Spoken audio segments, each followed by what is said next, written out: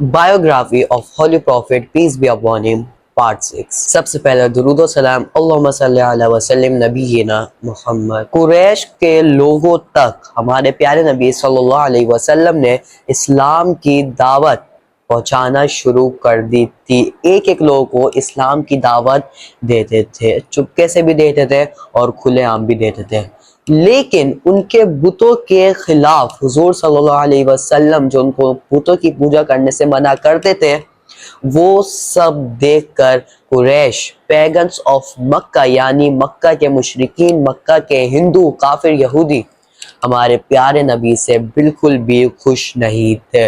उनको बहुत बुरा लगता था कि उनको बुतों को कोई ऐसा कह रहा है कि उनकी पूजा ना करो। तो ये जब बढ़ता रहा, जब इस्लाम की दावत हुजूर सल्लल्लाहु अलैहि वसल्लम ने देना शुरू करी और वो आहिस्ता आहिस्ता बढ़ती रही और उनको बुतों से दूर करते रहे, तो फिर कुरैशों के अंदर एक आग चली।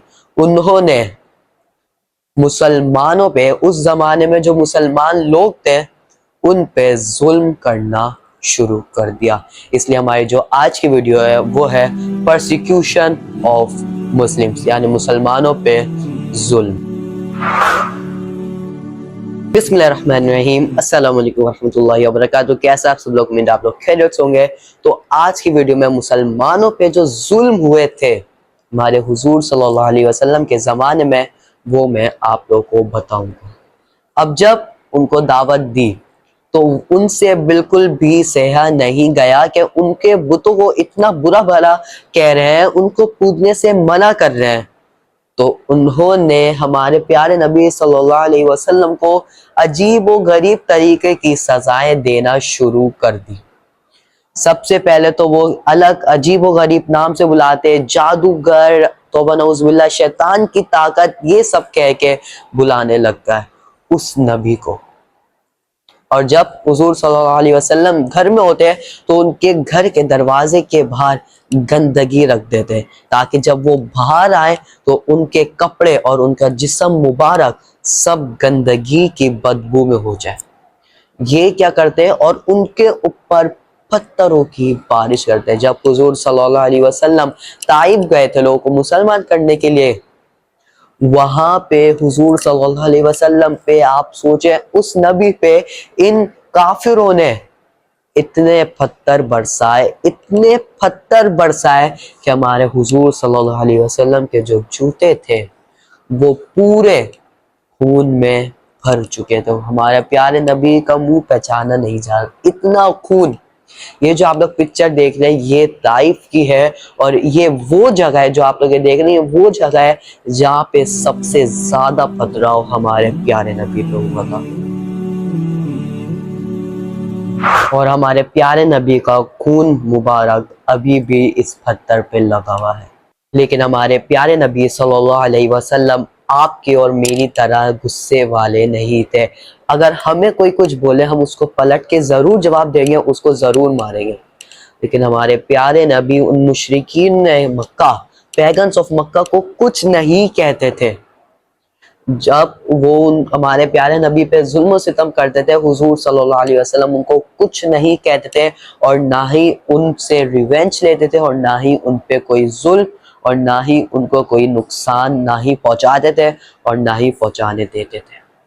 अब दिन ब दिन इस्लाम तरक्की करता रहा, लोग मुसलमान होते रहे। जैसे जैसे इस्लाम तरक्की कर रहा था वैसी वैसी कुरैश, पेरेंट्स ऑफ मक्का की परेशानी भी बढ़ती जा रही थी। उन्होंने इस्लाम को बढ़ते हुए उन्होंने इस्लाम को रोकने की बड़ी कोशिश करी, इस्लाम का नामो निशान मिटाने की जरूर कोशिश करी, लेकिन वो हर बार पूरी तरीके से नाकाम रहे क्योंकि अल्लाह की मदद थी।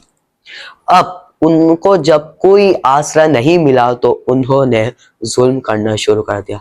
सबसे पहले तो वो लोग सिर्फ हुजूर सल्लल्लाहु अलैहि वसल्लम पे जुल्म करते थे, लेकिन फिर उन्होंने बड़े बड़े सहाबी हजरत अबू बकर सिद्दीक रज़ियल्लाहु अन्हु और हजरत अबू बकर सिद्दीक रज़ियल्लाहु अन्हु और भी बड़े बड़े सहाबियों को अपने जुल्म में शामिल कर लिया और उन पे भी जुल्म करना शुरू कर दिया। उस वक्त सारे लोग गरीब थे, تو جتنے بھی مالک تھے ان کے غلام جو بھی مسلمان ہو جاتے، جیسے ہی ان کو پتہ چلتا کہ ان کا فلاں غلام مسلمان ہو گیا ہے، وہ ان پہ ظلم کرنا شروع کر دیتے اور ان کو مشرکین کے حوالے کر دیتے۔ بلال بن رباح رضی اللہ عنہ، عمر بن یاسر رضی اللہ عنہ ایسے صحابی تھے جو جیسے وہ مسلمان ہوئے ان پہ ظلم و ستم کرنا شروع کر دیا۔ مالک اپنے نوکروں کو جب وہ مسلمان ہو جاتا ان کو مشرکین کے حوالے کر دیتے، پھر مشرکین ان کے بال نوچتے، ان کا جسم نوچتے، ان کی گردن دباتے، گلا دبانے کی کوشش کرتے اور ان کو لٹا کے ان کے اوپر پتھر رکھ دیتے تاکہ وہ اٹھ نہ سکیں۔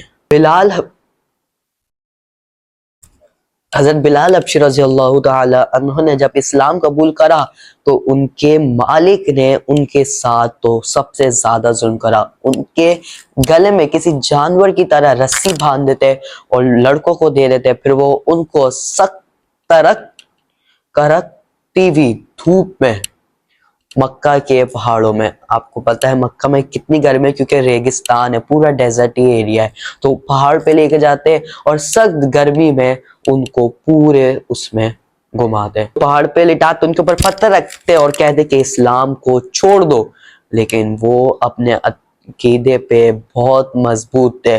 وہ کہتے کہ اللہ ایک ہے، اللہ ایک ہے، میں اسلام کبھی بھی نہیں چھوڑوں گا۔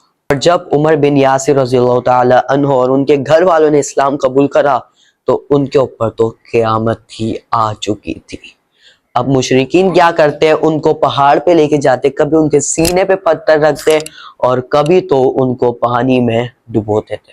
قال رسول اللہ صلی اللہ علیہ وسلم، ایک مسلمان دوسرے مسلمان کا بھائی ہے، بس اس پہ نہ ہی ظلم کرے اور نہ ہی اس پہ ظلم ہونے دے۔ اب اسلام کی سٹارٹنگ میں جتنے بھی مسلمان تھے وہ غریب اور کمزور تھے، اس لیے مشرکین پیگنس آف مکہ آرام سے ان پہ ظلم کرتے تھے اور اپنا حکم چلاتے تھے۔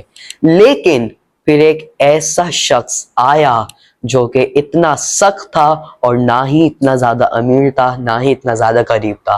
اب وہ شخص کون تھا، انشاءاللہ وہ میں آپ لوگوں کو بتاؤں گا پارٹ 7 میں۔ انشاءاللہ ملاقات ہوگی پارٹ 7 میں، تب تک کے لیے اللہ حافظ۔